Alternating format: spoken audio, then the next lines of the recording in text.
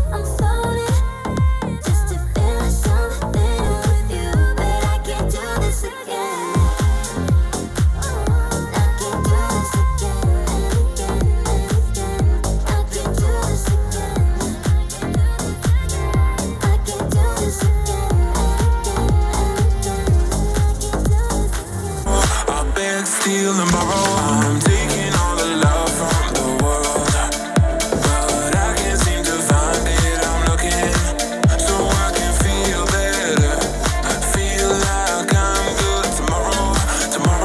I beg, steal and borrow. I'm looking at life passing by the window, asking how do you know if there's a way to find the truth. Yeah.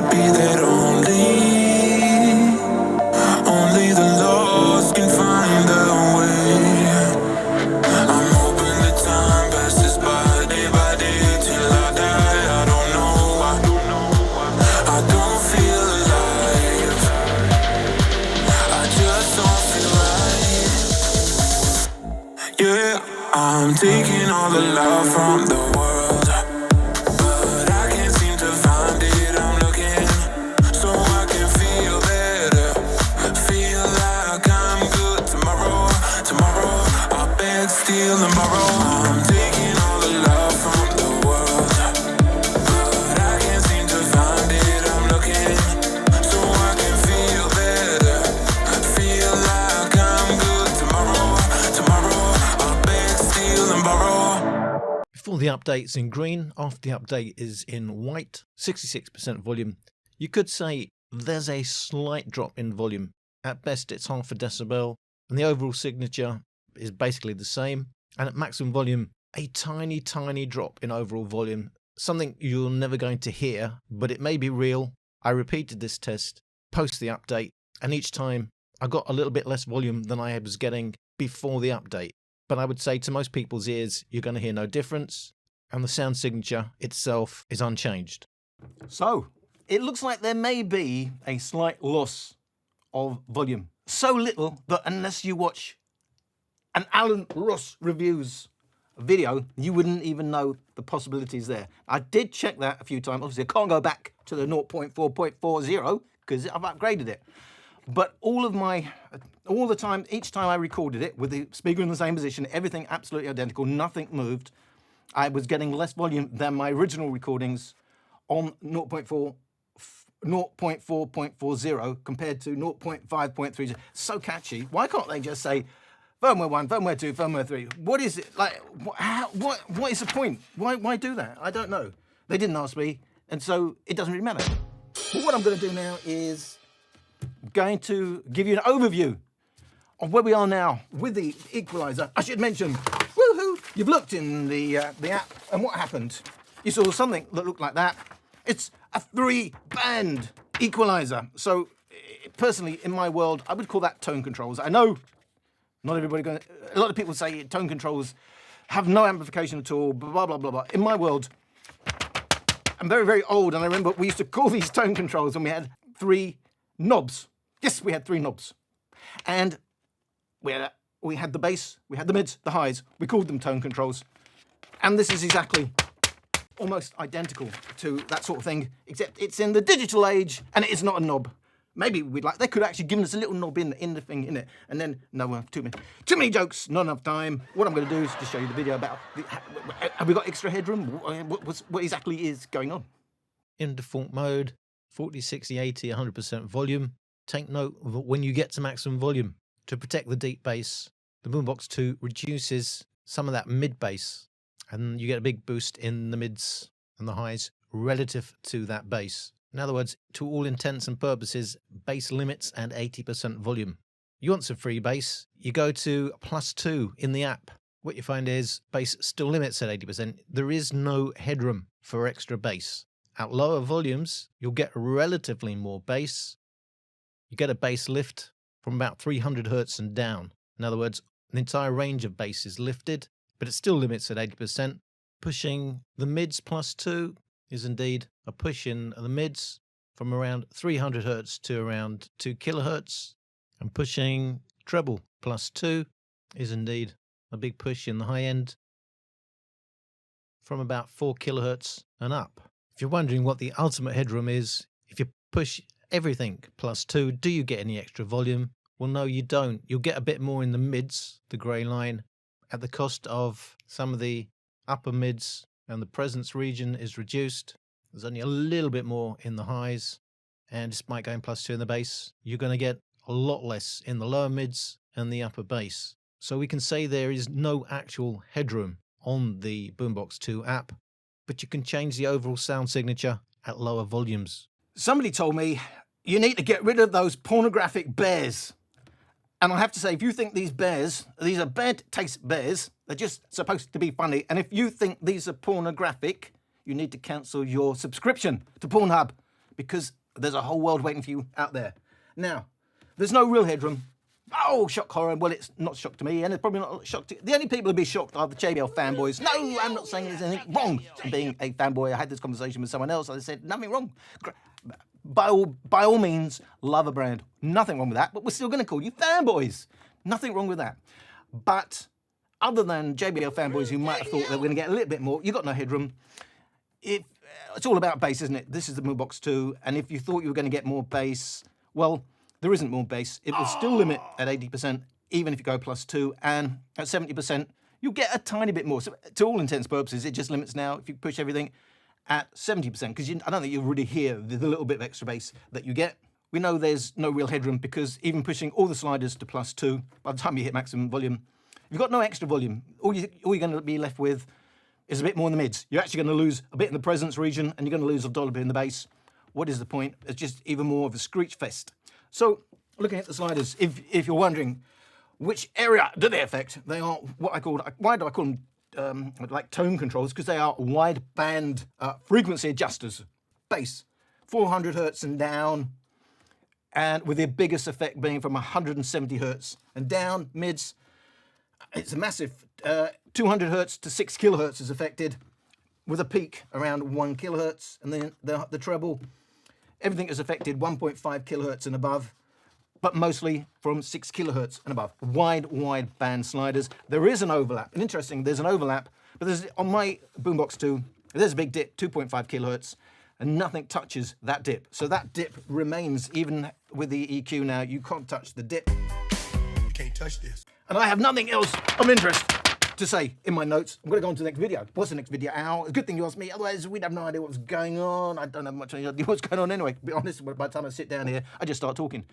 But the main thing is, we're all here, we're having a laugh, we're chilling out. So, it's a Boombox. It's all about the bass, no treble. And we're gonna have a look at exactly how much more bass can we get, what kind of EQ do we want to go for, and then we're going to chat about it afterwards. You buy the Boombox 2 because you want more bass.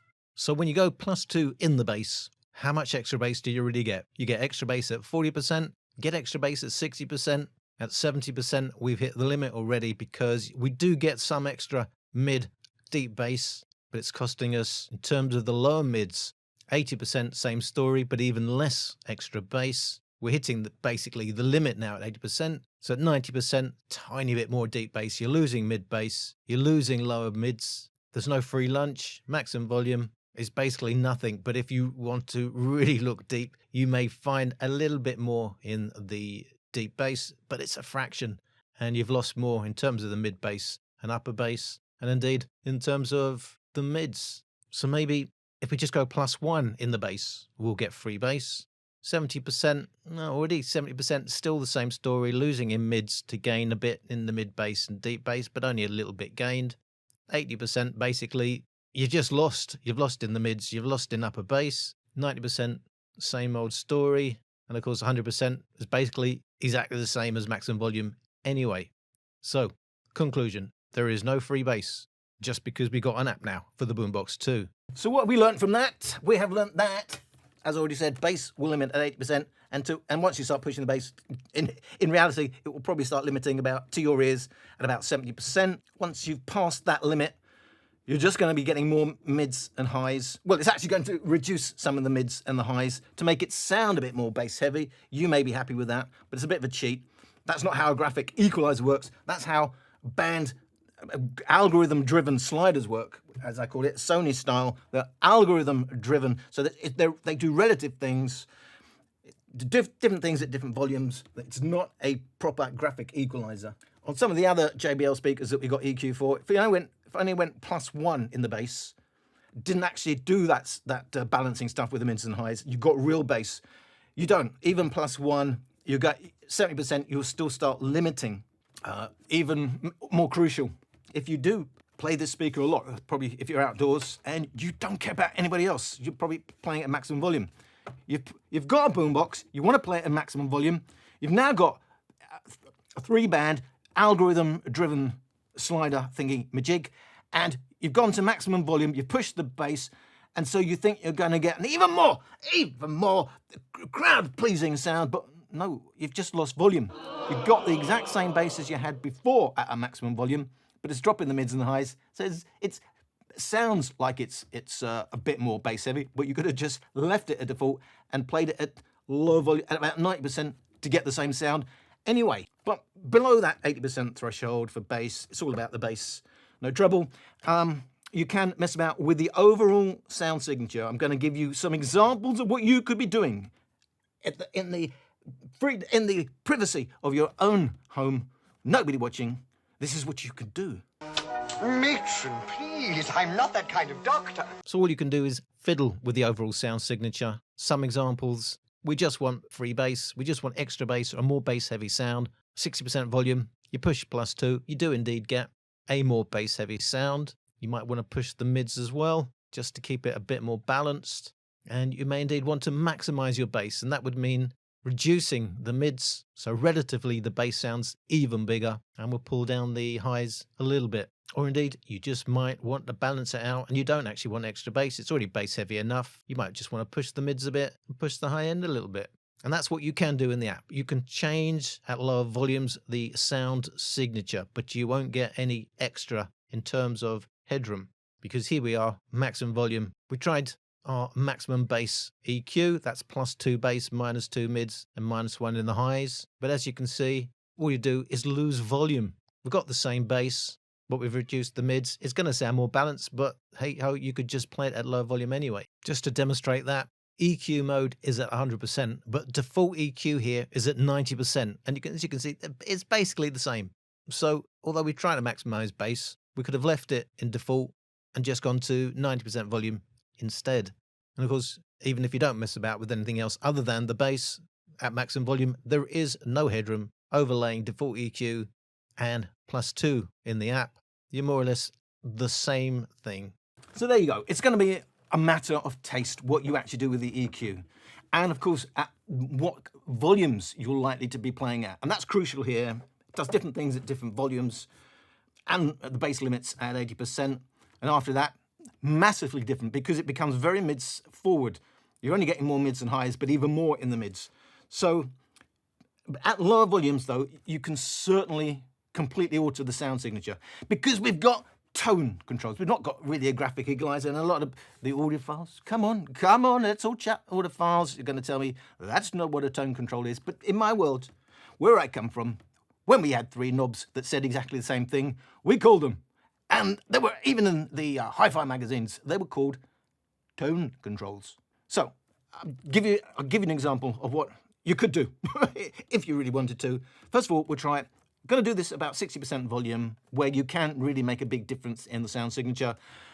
Going to maximize bass and have a listen against default. When I say maximize, what is that? Well, +2 in the bass. But of course, if you bring down the mids and the highs, relatively, that you've got even though you've only got the same amount of bass, relatively to your ears, sounds more bass heavy because you've got less mids and highs. It's the same trick they do over once you're past 80%. So it's not really a trick. This is what you can do if you want a more bass heavy sound than you get. And it's great fun doing it. And I'll also give you a more balanced approach. For those audiophiles that actually use a boombox too, I'm going 0. So keeping it at default on the bass, and we're going +1 mids, +1 treble, because this is a bass heavy speaker at the end of the day. That's why you buy it. But if you wanted, you're indoors, the kids are over and you don't want to annoy them, they're sleeping in the next room, don't want to wake them up. You want a bit more on the highs, a bit more in the mids, because overall, to your ears, that's a lot less bass heavy. I'll give you an example, have a listen. Let's get big until I forget my name. Let's get big. Jump right, slide to the left. Let's get big. Live it up while you can, and let's do it again. Let's get big. If you wanna dance, I can tell you about this place I know, somewhere hidden in the side. I know don't waste your energy, even though we're 23. Gotta give you roll tonight. Let's get big.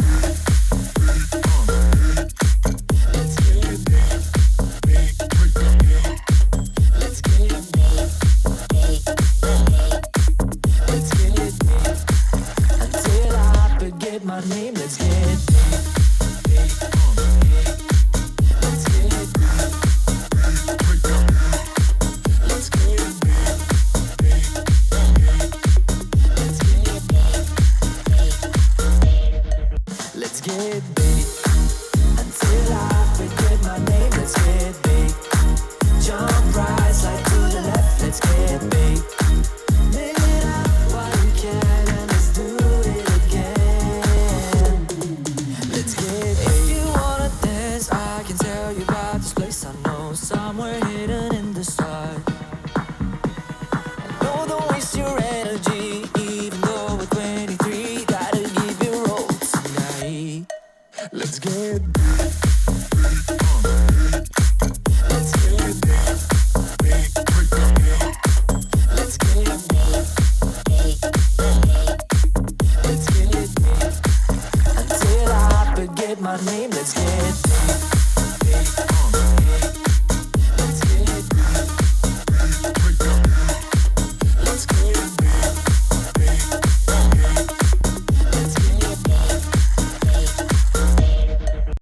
nub, eat your heart out. Now, I should mention, I did say 0 plus 1 was like more balanced. In reality, if you actually did want to get a more neutral sound, you'd need to go at 60% volume. It would be -1 on the bass. It would be +1 in the mids and 0 on the highs. Of course, we're not buying a boombox to do that. And I have to say, I do have a neutral setting for the Stormbox Blast, but it's not the same. That you really can get a neutral sound because it's got a multi-band graphic equalizer for the Tribute Stormbox Blast, which uses the same woofers. And actually, I forgot to print out the specs for the Boombox 2. I'll see what I can remember in a minute when we talk about the specs. Oh, we don't have to talk about it at all. It's not in the rules. Who makes up the rules on an Alan Ross video? Alan Ross himself. Woo! Completely forgot what I just said. We're talking about, oh yeah, got the same. I talked about the Tribute Stormbox Blast because it's got the same woofers, apparently, which are 107 millimeters. I remember off the top of my head. On the Tribute Stormbox Blast and the Boombox 2. However, I have to say, listening to that, I think both of those EQs were fun. It was nice to get a bit more clarity out of the Boombox 2, and it was nice to hear and even more of a thump, thump, thump. I knew it was a thump, thump, thump because on my walls, neighbours were going thump, thump, thump as well, and that was brilliant. I love it when they do that. So ultimately, you can get about a decibel. I measured a decibel and a half more in the bass, pushing the bass to +2 compared to default. But obviously, if I'm actually reducing the mids and the highs alongside that, it will sound like more than that to your ears. So it will sound like over 2 decibels of a difference in terms of having extra bass to your ears once you reduce the mids and the highs relative to the bass as well. And that's about it. We got to the end of the video. I don't have a printout for specs. We could pretend it doesn't have any specs. Well, we know the specs. We got tweeters. We got woofers. 107 millimeter. 107 millimeter woofers. People have said they want a strap. We don't have a strap. We have a. Oh, that's a manly handle. Women do not apply for this job. This is a man's job to pick up the Boombox 2. Nearly, I think it was around 6 kilos as compared to the 5.5 kilos of the Tribute Stormbox Blast. People are surprised it doesn't go quite as loud as you might expect. And the reason is it holds on to a lot of its deep bass. This does genuine deep bass. In fact, even has a little bit more deep bass than the Tribute Stormbox Blast. But hey, I think it's like £400 to £500 and dollars you'd have to pay, although you do seem to quite commonly now get deals on this. In fact, with the Boombox 3 coming out, be even more deals. But this video is about upgrading your firmware 0.4.4.0, stupid naming, to 0.5.30. And in conclusion, there is no headroom. You cannot get any more out of it in terms of headroom, absolute maximum volume, the amount of bass and the amount of volume. You can't get any more. But what you can do is below 80%, significantly change the overall sound signature in a fun way. It's better to have the option in the app for EQ than not. But look, obviously a lot of you were still using third-party apps and they'll still be better. If it works for you on your speaker, third-party app, proper graphic equalizers, proper parametric equalizers, going to be better than your 3-band pretend graphic equalizer, like tone controls, algorithm-driven tone controls, not even pure tone controls. So that's where we are. It was nice to have.